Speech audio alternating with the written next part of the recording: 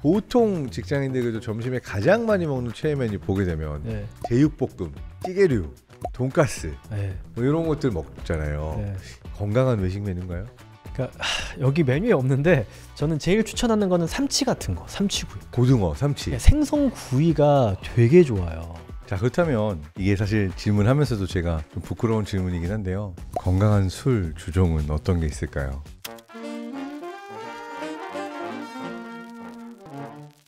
안녕하세요. 뇌과학 박사 장동선입니다. 오늘도 저희 웰니스 팟캐스트 돌아왔는데요. 우창윤 쌤과 함께하고 있습니다. 안녕하세요. 전 닥터 프렌즈라는 그 유튜브 채널을 운영하고 있는 이제 내분비내과 전문의 우창윤이라고 합니다. 지난 시간에 식욕을 다뤘고 오늘은 조금 더 실용적인 질문들을 하기 위해서 직장인들을 위한 식단 추천, 이러한 이야기를 나눠보려고 합니다. 직장을 다니는 모든 사람들은 알죠. 아침에 바쁘다. 그러다 보니까 출근 때문에 아침을 거르는 경우가 굉장히 많습니다. 내가 늦게 일어나서 아침 거르는 건데 또 좋은 말로 포장을 합니다. 나는 간헐적 단식을 하고 있어. 나는 원래 아침을 잘 안 먹어. 내분비내과 의사 선생님에게 여쭙고 싶은 질문은 아침 식사 꼭 해야 되는 겁니까? 하는 게 더 건강한 겁니까? 아침을 건강하게 먹는다면 하는 게 좋죠. 근데 건강하지 않게 먹을 바에는 안 드시는 것도 차라리 더 나을 수 있다라고 이야기를 드리고요. 많은 연구들이 아침을 먹는 경우에 대사적으로 더 장점이 많다라고 나와 있는 건 맞아요. 특히 어떤 분들한테 그러느냐를 봤을 때 아침 식사의 퀄리티가 좋은 분들, 그리고 두 번째로는 아침을 먹게 되면은 이 활동량과 활력이 더 올라가시는 분들이 있어요. 근데 어떤 분들은 아침 식사를 하지 않아도 활력이나 활동량의 변화가 없는 분들도 있습니다. 이런 분들은 비교적 아침 식사를 안 먹었을 때의 어떤 대사적인 위해가 별로 없어요. 그리고 이렇게 활동이나 활력에 별로 문제가 없는 분들이 대사적으로 건강하신 분들이 많아서 대사적으로 건강한 사람한테 당신 아침 먹어야 됩니다 라고 말할 거에 근거는 좀 부족해요. 그런데 아침을 안 먹는데 배고프고 좀 짜증을 내고 있다가 점심에 이제 폭식을 하고 혈당의 어떤 변동폭도 훨씬 더 커지게 되고 이런 식으로 대사적인 문제가 있는 분, 그런 어떤 문제점이 발견된다면은 아침에 뭔가를 먹도록 가이드를 하는데요. 근데 먹을 때 그냥 식빵에다가 음료수 마시라는 게 아니에요. 그러면은 오히려 더 대사적으로 안 좋을 수도 있어요. 왜냐면 이 아침이라는 시간이 굉장히 대사적으로 재밌거든요. 그러니까 브렉퍼스트잖아요. 금식 다음에 먹는 첫 번째 식사이고 우리 몸이 굉장히 소화 흡수가 빨라요. 그래서 같은 탄수화물 양을 먹는다고 해도 이 흡수에 되는 속도가 빨라서 혈당이 더 많이 오르고요. 아침에 일어나는 거 힘들거든요. 스트레스 호르몬이 팍 올라가요. 코티졸이. 그런데 이 코티졸이 올라간다는 거는 뭐냐? 식후 혈당이 더 빠르게 올라간다는 걸 뜻해요. 전날 잠도 못 잤다. 코티졸이 더 올라가고요. 공복 혈당 자체도 100이 넘는 경우가 많아요. 대사적으로 건강한 사람도. 그런데 그런 상태에서 식빵에다가 주스를 마신다. 그러면은 혈당 200 넘게 찍을 겁니다. 혈당이라는 게 우리 몸의 입장에서 보면은 소금이랑 비슷해요. 왜냐면 피의 농도를 결정하거든요. 우리가 그 배추에다가 소금 뿌리면은 물 쫙 빠지잖아요. 삼투압이 달라지는 거예요. 그러면 혈관 쪽으로 이 뇌세포에 있는 수분들이 빠져나올 수가 있는 거거든요. 그래서 고혈당이 되면은 의식을 잃고 사망할 수가 있는 거예요. 너무나 심한 고혈당이 되면은. 그래서 이거를 최대한 막고자 소변으로도 당을 막 내보내는 그런 방어 기제들이 작동을 하는 거고요. 혈당이 이렇게 빨리 올라가는 게 원래 있었을까, 세상에? 없었겠죠. 우리의 몸과 췌장은 이렇게 빠르게 혈당이 올라가는 걸 보니 이 사람 엄청나게 먹었구만을 생각하고 인슐린 분비량이 확 늘어나요. 그러면은 정말 그런 음식들은 소화흡수가 빠르기 때문에 30분에서 1시간 이내에 엄청난 고혈당을 찍고요. 이 각도가 가파른 만큼 췌장에서 엄청나게 많은 인슐린 순식간에 분비해요. 이 문제는 생각했던 것만큼 다른 단백질과 지방이 없이 이렇게 혈당이 올라가 버리니까 인슐린 양이 너무 많아져요. 그러면은 혈당이 급격하게 떨어져요.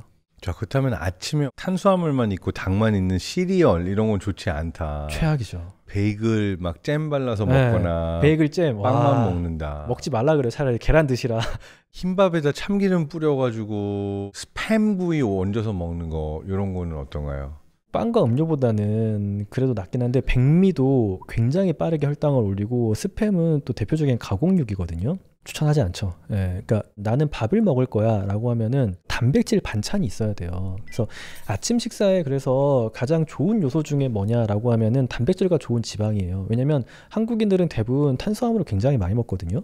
점심 저녁으로도 충분한 탄수화물 양을 섭취하는 경우들이 굉장히 많아요. 그래서 아침엔 이미 우리가 혈당이 너무 빨리 올라가는 그런 추세에 있기 때문에 진짜 현미나 이렇게 잡곡 같은 복합 탄수화물을 드실 게 아니라면은 정제 탄수화물이나 음료는 최대한 제하라라고 이야기를 하고, 그러면은 배고프거든요. 포만감을 뭘로 줄 것이냐? 단백질과 지방으로 주라는 거예요.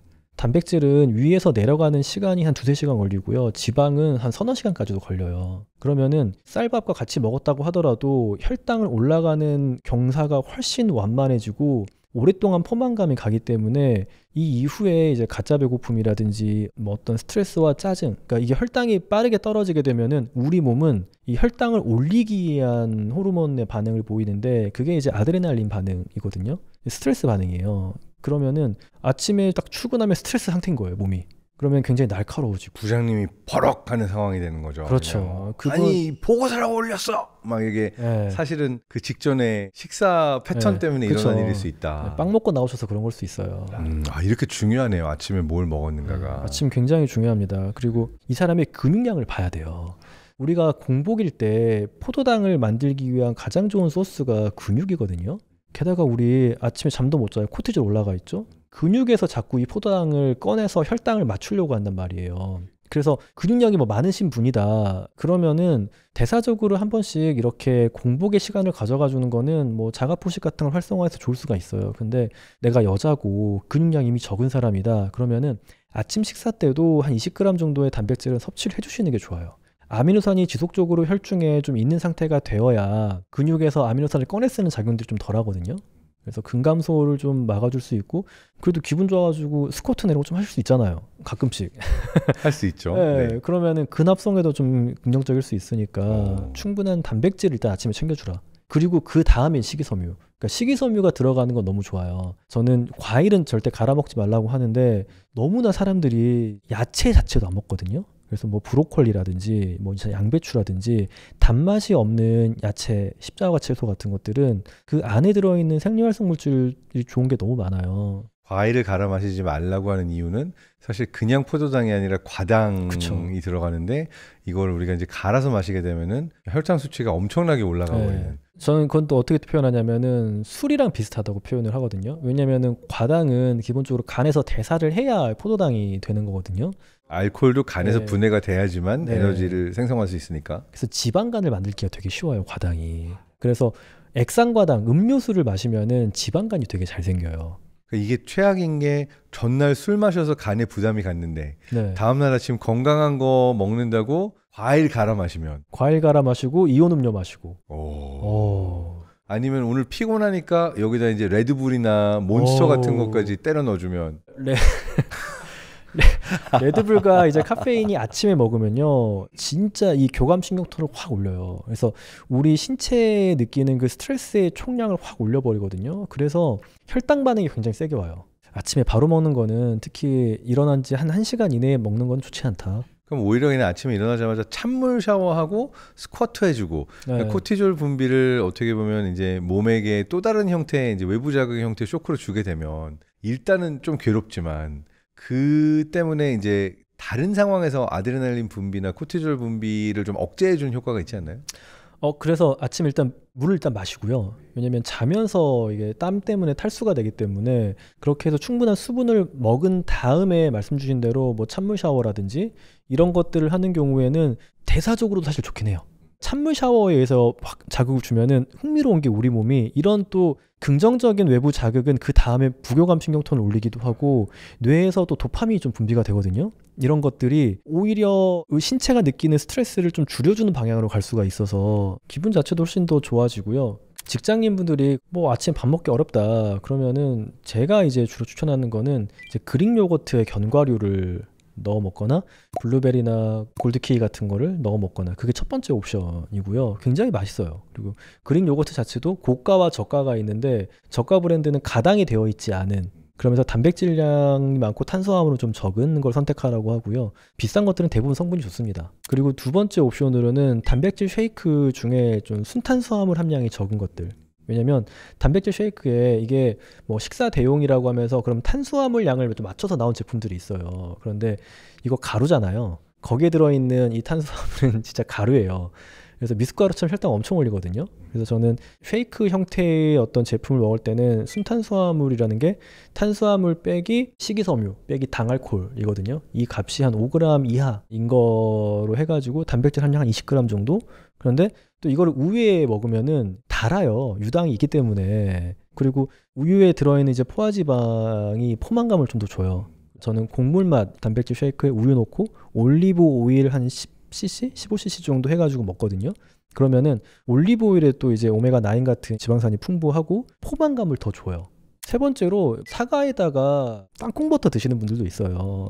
사과 굉장히 좋아요. 사과 껍질째 먹으면 사과가 정말 좋은 이유가 수용성 식이섬유가 많아서 좋거든요. 불용성 식이섬유는 뭐 나물이나 뭐 많지만 수용성 식이섬유를 먹는 경우가 흔치 않은데 사과가 굉장히 많고, 근데 그것만 먹으면은 배고파요. 맞아요. 금방 배고픈데 땅콩버터는 어쨌든 단백질과 지방이 풍부하기 때문에 포만감을 더 오래 가게 해줄 수가 있고, 같이 먹었을 때 수용성 식이섬유가 이 지방의 어떤 흡수 속도 좀 늦춰줄 수 있어서 좀 시너지틱하게 괜찮아서 추천을 합니다. 정리해보자면 복합 탄수화물과 약간의 단백질, 지방 또는 포만감을 줄 수 있지만 또 식이섬유도 있는 이러한 종류의 아침 식사가 좋고, 단순 정제 곡물이라든지 너무 많은 당 이러한 것들은 좋지 않다. 그렇다면 일단 아침은 어떻게 먹어야 되는지 알았어요. 그러면 건강한 점심 식사 전략은 어떤 게 있을지.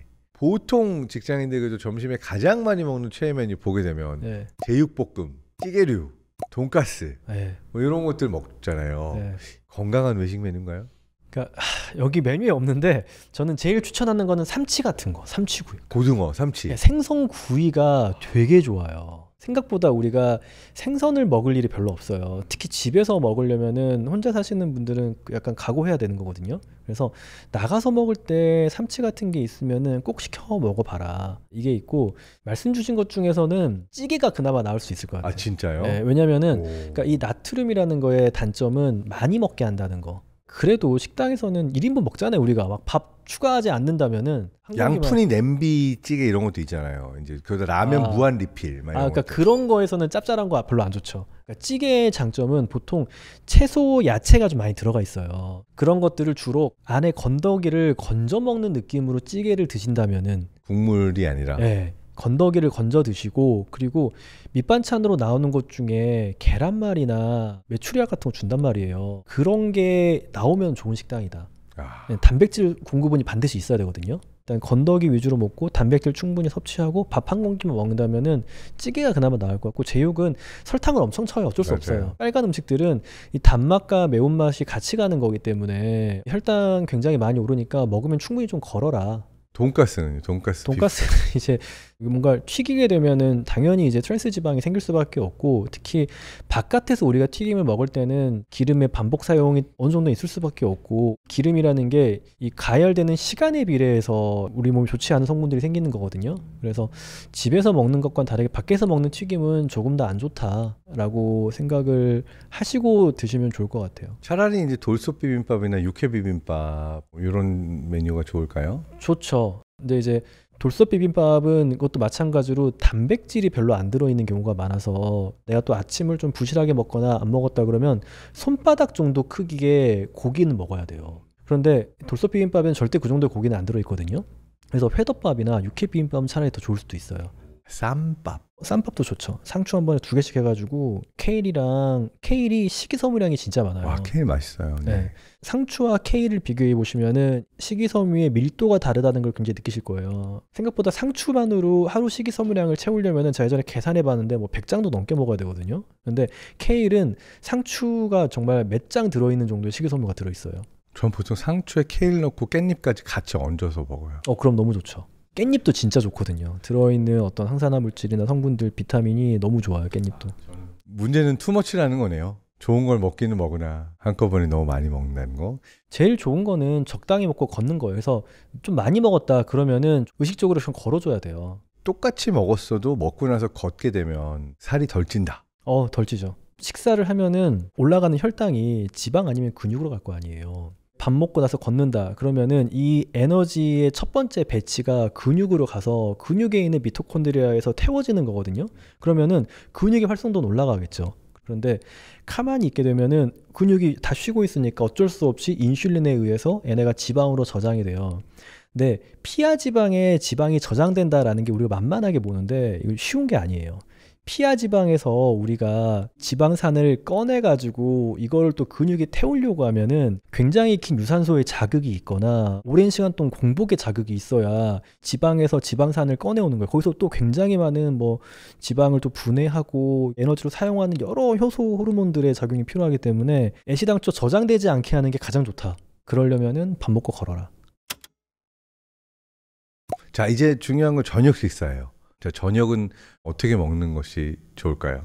대사적으로는 사실 저녁을 가장 가볍게 먹는 게 좋긴 해요. 우리가 식사를 하는 이유가 뭐냐라고 하면은 그냥 배고파서 먹는 게 아니라 그 다음에 활동을 대비하기 위해서 먹는 거예요. 아침을 우리가 먹는 이유는 우리가 아침 먹고 활동이 시작되잖아요. 그걸 대비하기 위해서 혈당을 올리고 에너지를 하는 건데 저녁은 특히 이제 우리나라 사람들의 행태를 보면은 저녁 식사 이후에 뭐 하세요? 넷플릭스 봐요.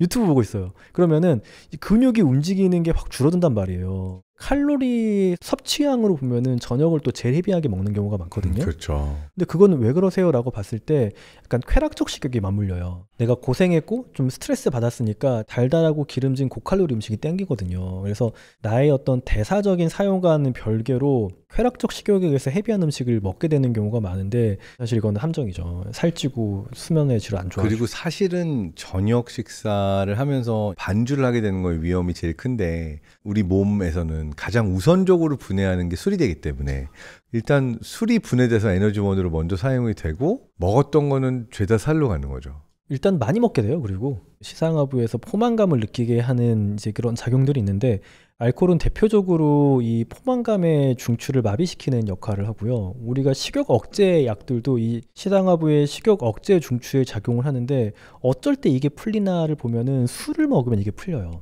그래서 포만감을 못 느끼게 돼요. 술이 브레이크를 풀어버리는 거예요. 네.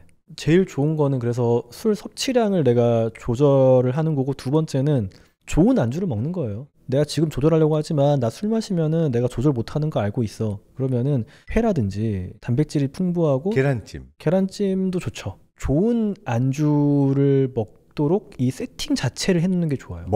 먹태도 괜찮죠. 먹태, 황태. 네, 차라리 마른 안주 괜찮죠. 뭐 황도 같은 거 드시지 마시고 떡볶이 안주 왜 먹는지 모르겠어요. 맛있잖아요. 드시지 마시고. 네.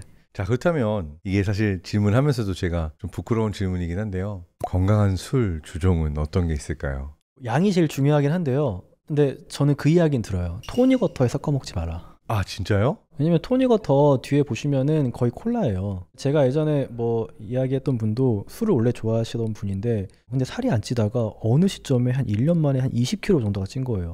그래서 이야기를 하다 보니까 한 1년 전쯤에 토닉워터에 섞어 먹으면 되게 맛있네? 이거를 자기가 배웠던 거예요. 화이 오일 품질로 네. 이제 탁. 근데 이제 토닉워터가 보면은 당이 한 30g 정도 들어있던가? 여튼 우리가 흔히 생각하는 그냥 음료수만큼의 설탕이 들어있어요. 그러니까 술을 마시게 되면은 많이 먹게 된다 그랬잖아요. 그런데 설탕도 많이 먹게 되거든요. 그리고 원래 설탕이라는 것도 어느 정도 우리한테 포만감을 줘요. 인슐린 작용을 통해서. 그런데 그런 걸 못 느끼게 되니까 계속 먹게 돼요. 칵테일이 되게 달잖아요. 그거 실제로 설탕이 들어서 달아요. 그런데 이렇게 달달한 술을 먹게 되면서 또 고칼로리 안주를 먹는다. 기본적으로 단맛이 들어오면요 인슐린이 많이 분비가 돼요. 근데 인슐린은 어떤 작용을 하냐? 이 엄청난 칼로리들을 세포 쪽으로 지방 쪽으로 강력하게 저장하는 드라이브를 걸면서 먹는 거예요. 그러면 오히려 너무 달달하지 않은 막걸리가 제일 좋을 수도 있겠네요. 막걸리는 달죠. 곡주기 때문에 기본적으로 그 탄수화물 베이스여가지고 달아요. 그래서 막걸리는 혈당을 좀 올립니다. 그러면 뭐 좋은 술은 뭐냐? 차라리 그냥 소주나 위스키 드세요라고. 위스키가 맛이 너무 강하니까 헤비한 안주랑 잘 안 먹게 돼요. 보면 되게 간단한 스몰 안주 정도, 그리고 워낙 독하다 보니까 음주량 자체도 좀 줄어드는 게 있어서 위스키 드시거나, 와인도 특이한 게 건강한 안주랑 매칭이 돼 있어요. 아, 저는 와인을 제일 좋아합니다.